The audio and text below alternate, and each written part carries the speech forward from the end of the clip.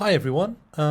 Today's assembly is about what the date is today. It's about the 5th of November because it's a very important date in our calendar, and I'm sure that you'll be doing something to not necessarily celebrate it, but you'll be doing something exciting today, or you might be doing it over the weekend. And I'm going to tell you why you're doing it. So, this is all about our curiosity. This is about making sure that we understand why we do things and why things happen. And it's about asking questions. So, you might not have asked this question yet, but you might be thinking, oh, it's Bonfire Night. But why do we celebrate Bonfire Night? What is it about it? So, some of you might have some ideas already, but I'm going to tell you the story of the first Bonfire Night. So, here we are. Some pictures for you. Oh, below me you can see some fireworks, and then to this side of me is a man called Guy Fawkes, and then down here is the Palace of Westminster, which is where the government meets, the British government, so the Houses of Parliament, and that's where they meet. And that's where laws are made and decisions are made about the country and the country's future. You might see it on television. You might see the Prime Minister Boris Johnson talking in a room full of people, and lots of people going, "Oh," that sort of thing, because that's what they do in Parliament. But it's a very important place because it's where they make decisions about the way that we run this country. But these three images are linked, and they're linked at this time of year. And they're linked by the 5th of November. You might know it already, you might know the story, but I'm going to tell you it anyway. You can check if I've got it right if you know it. And so we've got to go back a long time. We've got to go back to 1602, and King James I is on the throne, this chap here. You can see he's looking very regal. He looks like a king, doesn't he? From the picture you can infer that. He's got very, what we call opulent, very fancy, expensive clothes on. He's also got a sword, and next to him is a very fancy hat. And so he was on the throne, and he had some rules at this time.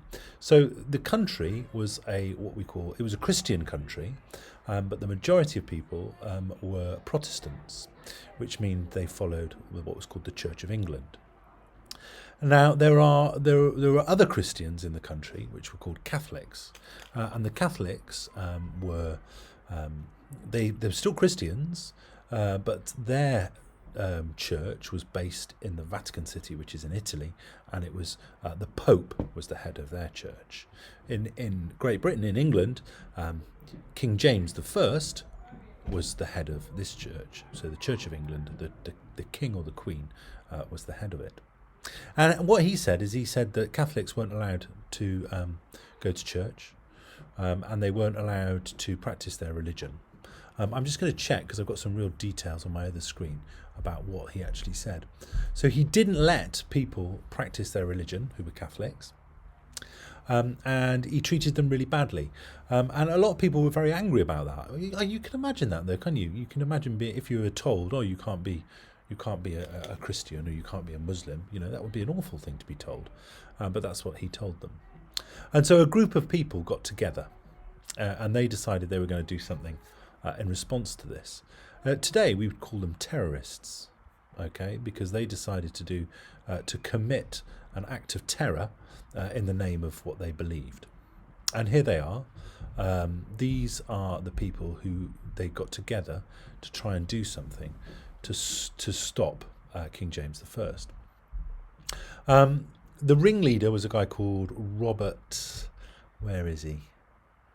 Robert Gatsby. Here he is. Here. Let me just get my pointer. Here he is. Robert. There's Robert. He was the ringleader. Guy Fawkes, though, this chap here, he was the famous one. We don't really think about the other people.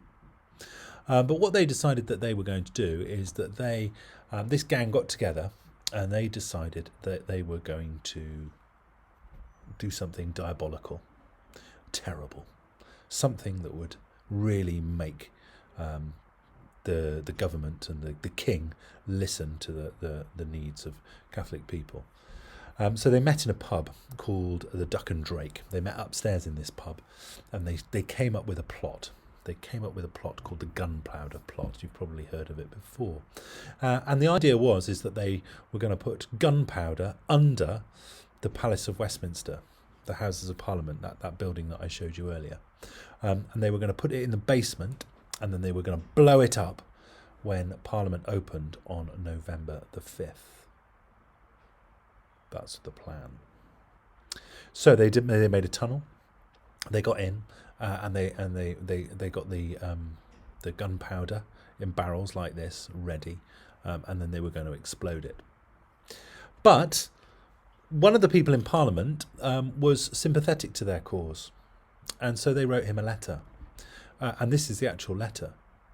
They wrote him a letter saying, "Don't be in Parliament on this day," which kind of gives the game away, doesn't it? And it did give the game away. And it meant that on just before the 5th of November, the guards who guarded the Palace of Westminster went into the basement and they captured our friend Guy Fawkes. He's not our friend, but you know what I mean. They captured him. And he was taken to the Tower of London, where they used to take prisoners, and he was tortured. And when you torture somebody, you do horrible things to them to get information out of them. It's it's not a nice thing to do. In fact, it's actually illegal in international law. But you can see here. So this was Guido Fawkes' signature before. So the one above me on that side, this one here. This was his signature before he was tortured. And when you're tortured, you're asked loads of questions, and until you give the answer, you're hurt. And so he was tortured until he gave a full confession and gave up the people who did the plot with him. And this is his signature afterwards. He's been tortured, and you can see that you can barely read it. He must have been so badly hurt. And so they rounded them up. This is an image from the Palace of Westminster, one of the great halls, and this is where they tried them. So they tried the people who did these, who planned this terrorist attack on the Houses of Parliament. They tried them, and then they were sentenced to death. They were executed, and I've got a picture of the hall because it's still there today. And this is the hall that it took place in, where they were tried. It's quite an amazing building, isn't it? If you go to London, you can see it. They weren't just executed. So executed is when you kill somebody for doing something wrong, and in this country we don't do that anymore. We don't have what's called the death penalty, but in those days they did, and so they did. They executed Guy Fawkes and the other conspirators, the other people who planned to blow up the Houses of Parliament, and they did it in a horrible way. They did it something which is called being hung, drawn, and quartered. And I'm not going to tell you about that because it's really gruesome. But if you want to, you can find out what it is. It's not very nice. And so it was thwarted. So the plot to blow up this building, which still stands today, was thwarted, and it meant that King James carried on living and carried on ruling, and of course. It was made into a national holiday, and it was made into a national holiday on November the 5th until I think it's some time late in the 19th century. Now it's not a national holiday, but we still celebrate it.